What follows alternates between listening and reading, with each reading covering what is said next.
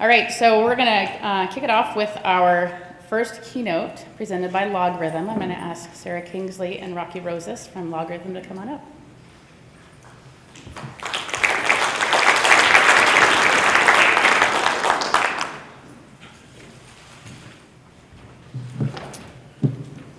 All right, hello everyone, and welcome to Cybersecurity Symposium 2019.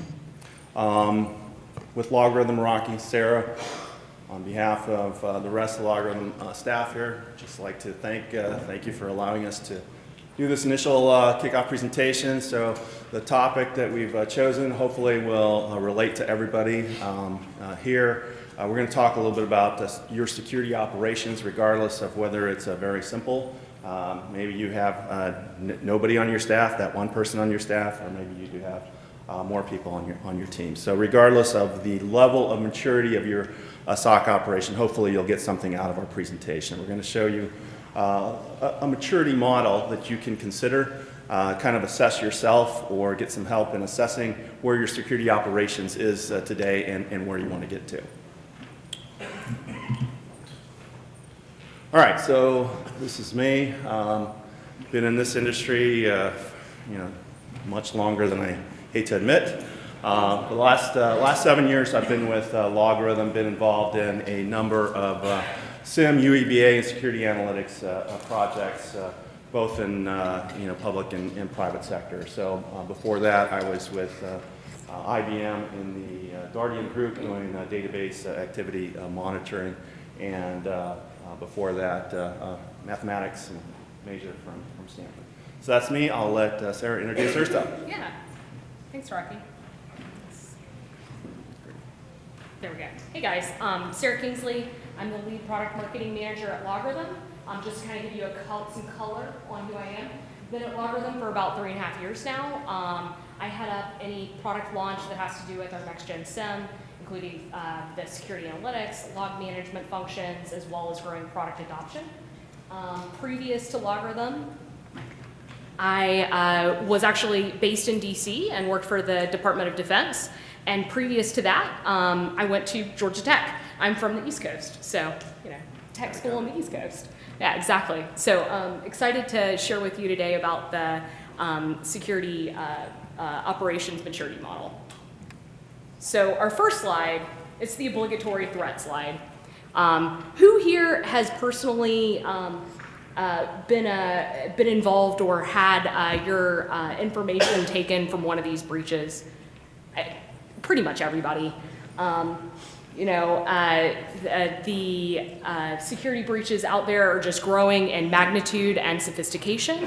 This slide gets updated on a regular basis, and it's really cool. Rocky, you pulled this from the, what was the website? Yeah, so there's actually a link up there in red. It's a very interesting tool, so if you're not familiar with the tool, you may want to check it out. You can actually hover over any of these bubbles, and it will give you some information about each one of these actual breaches. So interesting tool, reference it all the time. All right, so we've got all of these breaches. The real question is, it just continues, right? So as we mentioned, it's the obligatory. We all know where we're at. But what can we learn from these breaches? Okay, so that's really a question. What can we learn and kind of employ and make ourselves better, right? So what have we learned about dwell time? Is everybody familiar with what dwell time is, what dwell time means? Okay, so essentially dwell time is the period of time from when a threat actor actually has penetrated your network until you actually find out about it. Okay, so just a couple of data points here. So from the 2018 Mandiant report, the average dwell time was 101 days. Okay, so essentially a little bit over 3 months was the average time that a threat actor was in the network before he had some notion of what was going on. Another study here, we actually got more data here about dwell time, and what we're able to find out was that if we can work to try to reduce that dwell time to just 7 days instead of that 101, that we can actually have a big impact on the operation, on our organization, and we can actually reduce impact by as much as 77%. And if we continue to take a look at dwell time, I mean, we can extrapolate that out, and basically the study says, hey, if we can reduce this to just 1 day, if we can see the early indications of some type of a threat and potential breach activity, then we can have a significant impact on our organization. So the key here is that, if we can reduce dwell time through early detection and response, then we can have a significant impact on the operations. Yeah, great point. So this slide is introducing the concepts that we'll go over a little later in the presentation around our security operations maturity model. You'll see the bars that are on this slide are kind of articulating different levels, that blind to resilient. And the idea here is when you have a framework or a model like the security operations maturity model in place, then you can see over time that threats are dwindling because you're able to respond to them a lot faster. Really building off the statistics from Rocky's previous slide. So kind of, when we do take a look at the maturity model, there's really several components to it. It's not just about putting in technology, putting tools in place to help you to detect these breaches. It's really about process and people as well. Okay, so at the end of the day, I mean, it's this combination of technology, process, and people that ultimately, in the end, leads to dollars. Right. So, when you set out to, enhance your security operation for your particular organization, you need to be somewhat, reasonable in terms of your expectations and what you can accomplish based on the dollars that you have available to you. Yeah, and kind of on that note, we have statistics from a SAN survey from 2018. Asking what's like an average size or what's the FTE of your security operations. The most common one in this survey was 2 to 5. Who here has at least 2 in their security operations center? Okay, we've got a couple. Is most everybody else maybe 1, maybe 1.5? Something like that? Okay. So if you're 2 or over, you're kind of in that majority. That's where a lot of SOCs kind of are staffed at this point. Even if you have a single person in that SOC, trying to keep up with all sorts of different security trends from cloud to IoT could be a real challenge. And so we hope through this presentation to try to show you a scaled approach to trying to mitigate those threats. So also on this slide, I'm going to reference a white paper that LogRhythm has, which you're more than welcome to come by our table and get a copy of. We have a white paper that's on building a SOC with a limited budget. And within that white paper, we did our research and talked with customers to build out budgeting on different size SOCs, and maybe it's co-managed, maybe it's fully managed in-house. So kind of want to draw your attention to that because it costs some money and you need focus and attention to be able to build a security operations center and continue to mature it. All right, so let's just kind of start out here with posing this question. And the question is, can we prevent all attacks?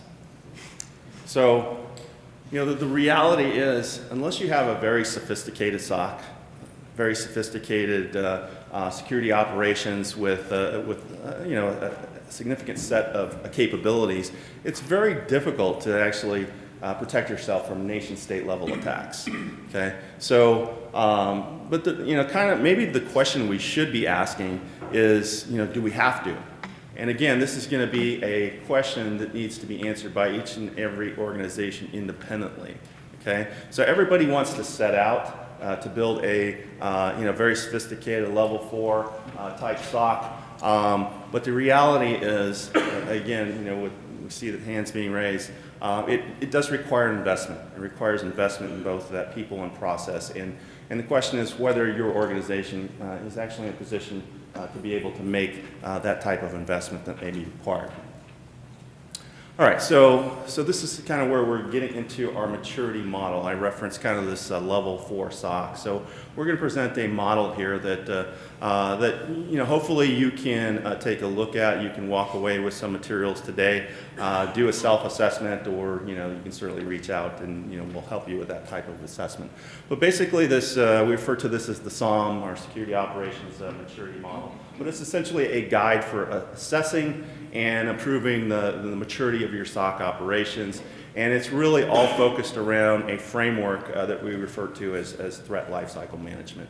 So this threat lifecycle management is really kind of the entire workflow, the entire process of when an initial piece of evidence comes in through a log that may indicate some type of threat, to actually the other end of that is to closing out some type of incident. So there in the middle, during that life cycle, you want to be able to have again the tools in the process to be able to work that potential issue all the way through that life cycle. All right, and again, we can talk about different levels of SOC operations maturity, and with each level, again, you'll have an investment. But what is the objective here? We talked about that dwell time, and really there's two key metrics here: the mean time to detect and the mean time to respond. So how long does it take us to actually find that we have some type of attack activity and we have some potential incident.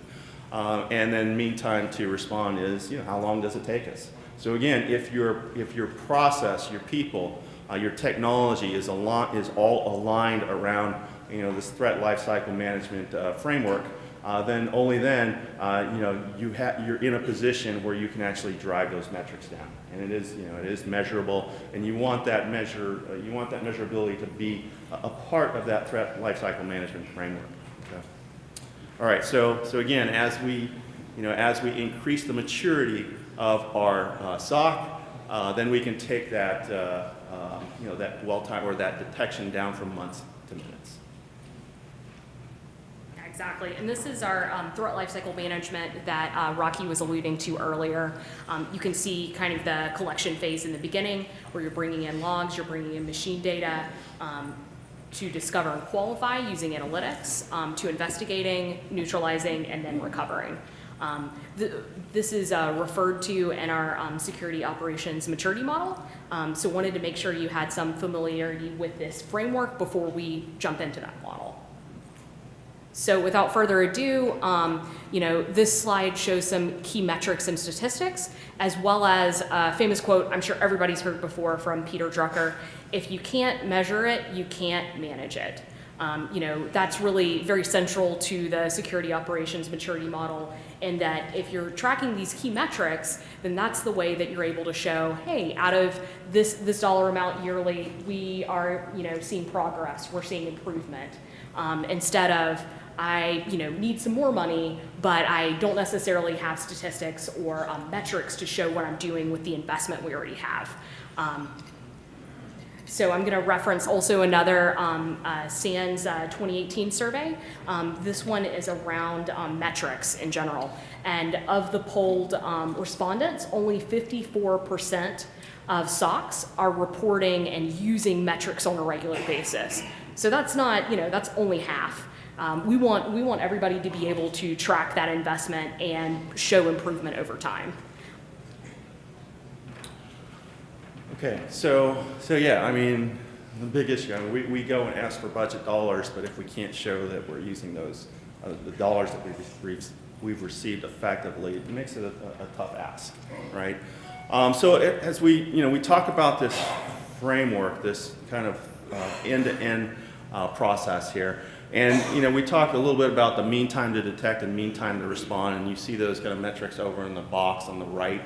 But if you're going to take a look at your security operations, maybe you want to be a little bit more fine-tuned in terms of your measurements. Okay, so kind of introduce a set of metrics here that give you that visibility to how you're performing kind of end-to-end in that workflow. So your time to triage. So how long does it take from the time that an alarm is created to the time that somebody looks at it? You may be generating a number of alarms, but do they just sit there? Okay? How long is it taking for somebody to do that initial inspection? How long is it taking for, once that initial inspection starts, to actually detect, hey, I've got something here and I need to open up a case and I need to start treating this as a potential incident. So you'll open that case, you'll elevate it to an incident. So there's these number of measures in between that if we can start to produce metrics around them, you can see in your process, in your end-to-end process, where you have opportunities to improve.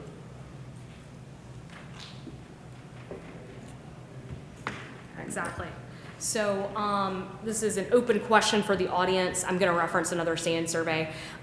What are some of the obstacles that you have today that are preventing you from being able to mature your security operations functionality more? What are some of those challenges that you face? Volume? Yeah, overwhelmed. Overwhelmed? People are overwhelmed, too many alarms. Anything else? I think people, obviously. Yeah, skill sets, skilled staff. So right on the money.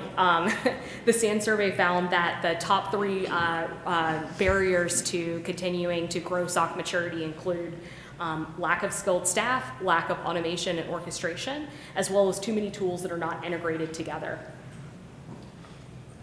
Okay, so if we're going to kind of take a look at, kind of trying to assess where we are, where you individually are within the model, you kind of take a look at all these challenges, and essentially, the model should be based on how well we deal with these challenges in terms of our own operation, right? So if we had to kind of net all of these issues here, these challenges on the left, over on the right, is those considerations that we can use to actually evaluate and assess our own operations. So again, we talked about the people in the process. So how much automation can we do to help facilitate our process? What kind of visibility do we have? Okay, so a lot of us may be collecting logs, but are we collecting everything? Are we collecting everything that we need for our specific use cases and requirements? You may, what is your level of threat hunting capability?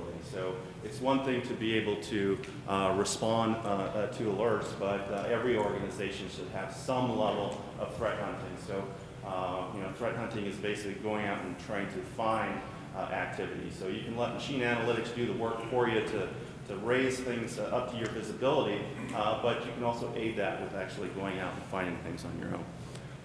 How much intelligence, external intelligence, do we actually bring into the fold here in terms of threat intelligence? So, we can leverage threat intel feeds that we may get, as well as vulnerability assessment feeds to kind of bring that data in.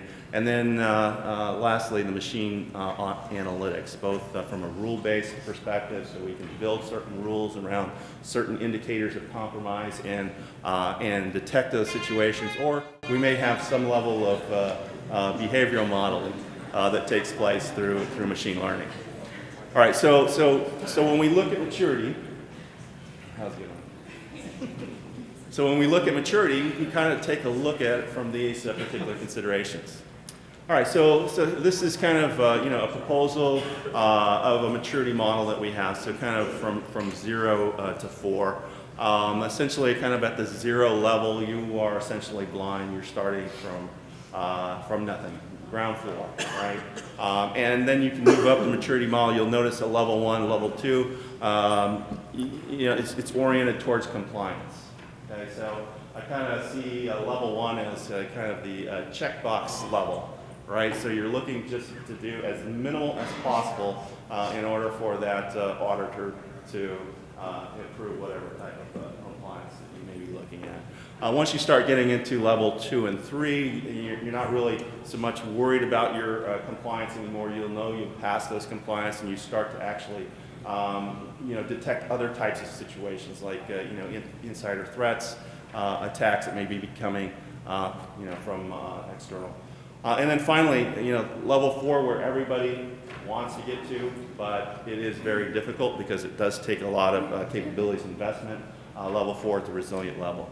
So as we look at this maturity model, there's certain capabilities and characteristics and risk that is associated with each one of these levels. So just as an example here, we've got level 0. We look at the threat lifecycle management capabilities. It's basically none. You don't have anything. So, you may be doing some logging. Even if you are doing some logging, it may not be centralized. It may be disparate among different types of systems. But essentially, if you look over there on the right, if you're blind, essentially you have a lot of risk, insider threats, external APTs, etc. So this is kind of the starting point here. This means you have nothing. So if we kind of take a look at the next level, level 1, there's a couple things that kind of stand out. Okay, so number 1, we've moved on in our operations to the point where we do at least have some type of log collection in a centralized manner. Okay. The other thing that we have is some level of server forensics. So again, level 1, that checkbox level is really oriented around some type of compliance initiative. And some of those compliance requirements do require that level of endpoint monitoring. And kind of at this level in terms of your threat lifecycle management capabilities, very minimal in terms of, especially around your process of monitoring and response. Okay.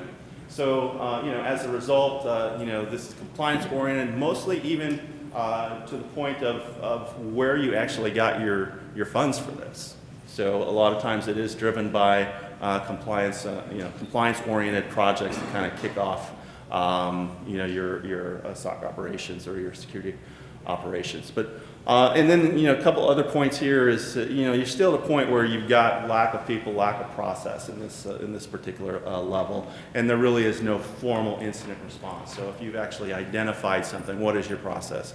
A lot of times there isn't a formal one in place.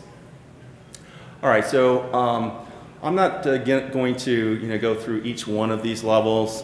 We actually can summarize this for you quite well. We have a guide here. You can walk out of the door here with a copy of this guide if you wish to, and it can help you as a tool to kind of evaluate where you are in terms of the maturity model.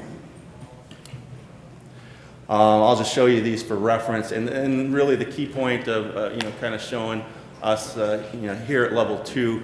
Essentially, we're introducing more capabilities, right? New capabilities, which again translate into a dollar investment. So at that level 2, we're bringing in our intelligence. We're bringing in vulnerability intelligence. We're bringing in threat intelligence. We're also starting to do machine analytics, right? So let the machine do the work for you. Bubble up those situations so that you can respond to them.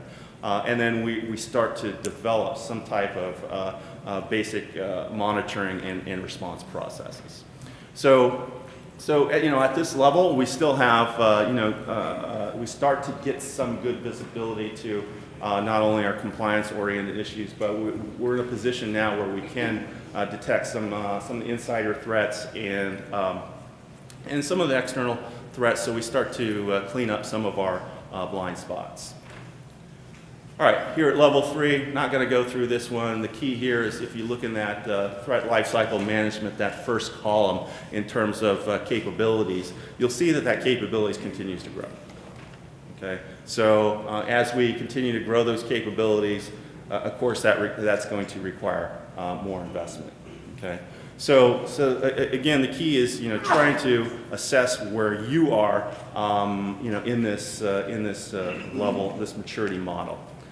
So if we're going to go through an assessment of our operations, the way that we can break it down, there's a couple building blocks here. So we have 11 building blocks, and we've kind of built these tools to allow you to kind of do a self-assessment of where you are. And kind of the way it works is in each one of these building block areas, we can try to determine where we are as an organization, and again, where do we want to get to, and kind of score ourselves, right, to figure out where we are in this maturity model.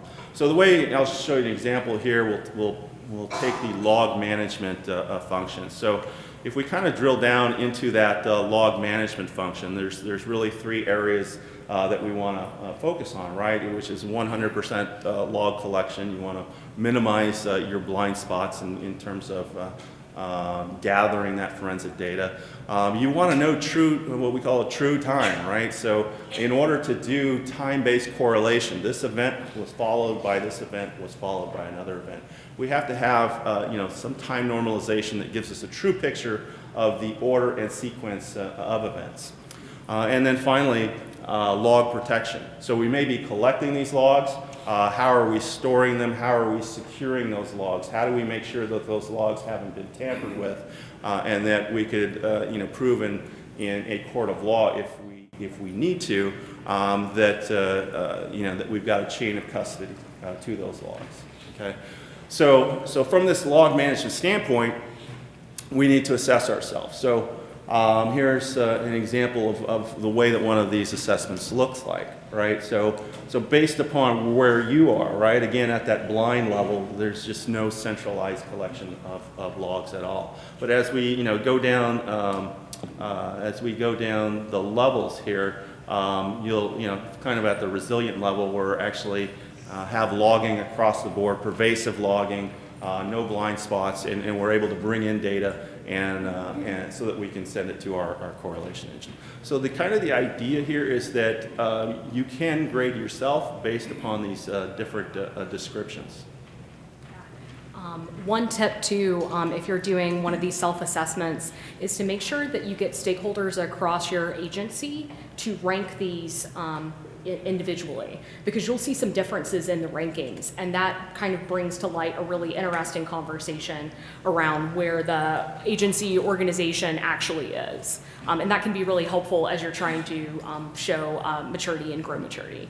Yeah, it's we've been through a couple of these assessments before where we'll be sitting around a table of individuals from the organization, and we'll ask this question, and somebody will immediately say, "Oh, well, we're for, we got that under control," and then somebody on the other side of the table starts laughing and says, "Are you kidding me?" Okay, and what it does is actually by going through the assessment and having individuals provide their own perspective, it raises topics of discussion. So there are things that I have visibility to that maybe Sara does not.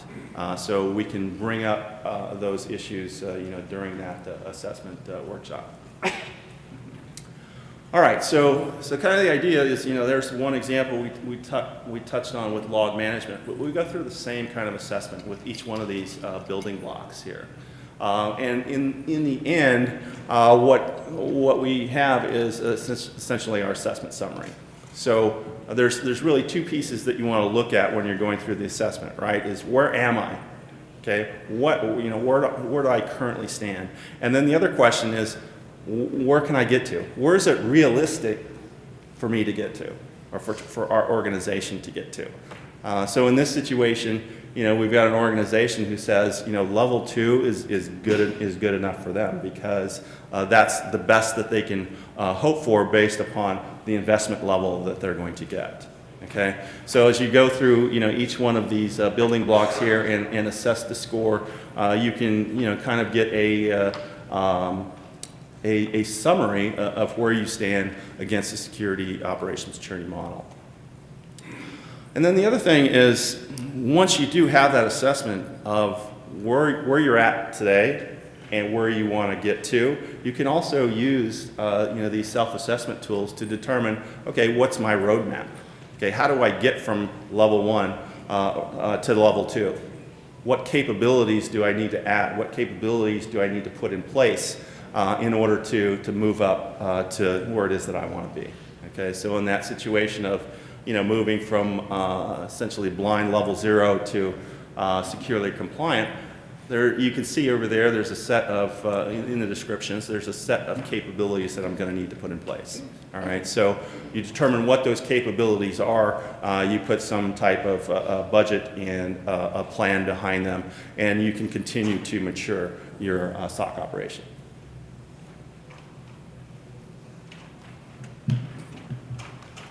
Yeah, so as we kind of mentioned in the presentation, LogRhythm can actually do one of these workshops for you. If you're not interested in that, or if you want to do it yourself, there's self-assessment. You'll be able to pick up this, this quick reference guide that Rocky talked about earlier in the back of the room after this presentation, or at the LogRhythm booth later on. And really the advantage of getting LogRhythm to help run this assessment is that we map out where you currently are, where you want to go, and then what that roadmap looks like over time to get there. Because like we said earlier, there's a lot of focus, there's a lot of investment that needs to be put in to continue to build and mature security operations. So need to keep that in mind. So in summary, threat lifecycle management is a critical framework for security operations. Maturing any business operations takes time, effort, and investment. Security operations maturity model is one model to help you be able to assess where you're at and then where you want to move to and then what that looks like over time. It helps measure that effectiveness. Metrics are super important and helps you mature this capability. And here is a link. This slide has the different white papers that we referenced throughout this presentation. You can find them at logrhythm.com. If you want the full address, it's right here on this slide. And a final plug, right after the keynotes this morning, when we roll into session 2, LogRhythm's own Brian Colson, who's in the right side of the room right here, waving right here, is giving an excellent presentation on hunting for living off the land attack scenarios. And he'll be right across the hall in Santa Fe at 10:15. Don't miss it. Thank you very much. Thank you.